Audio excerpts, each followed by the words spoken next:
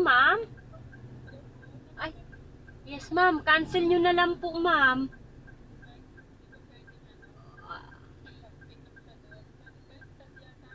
Yes po, pwede nyo pong ibahin kung makakayaw nyo pong i-change ang ang location. Try nyo po. Or pwede rin nyo pong i-cancel. Ano ma'am? Hindi na kayo, hindi ba pwedeng hindi nyo pa pwedeng baliktarin na lang, puntahan nyo na lang siya doon tapos dalhin dito? Hindi po pwede ma'am eh. Magkakaroon po ng problema sa apps namin eh. Ay, ganun ba? Yes po. Kasi kung po, kayo pa rin ba makakakuha? Depende po ma'am yung sa bato ni Grab.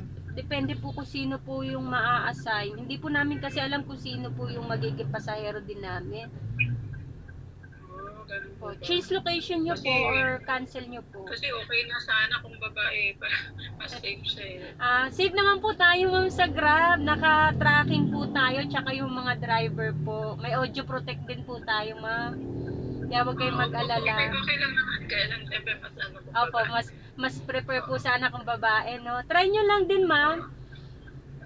Sige po, try ko na lang. Pasensya na. Okay lang po. Sige po.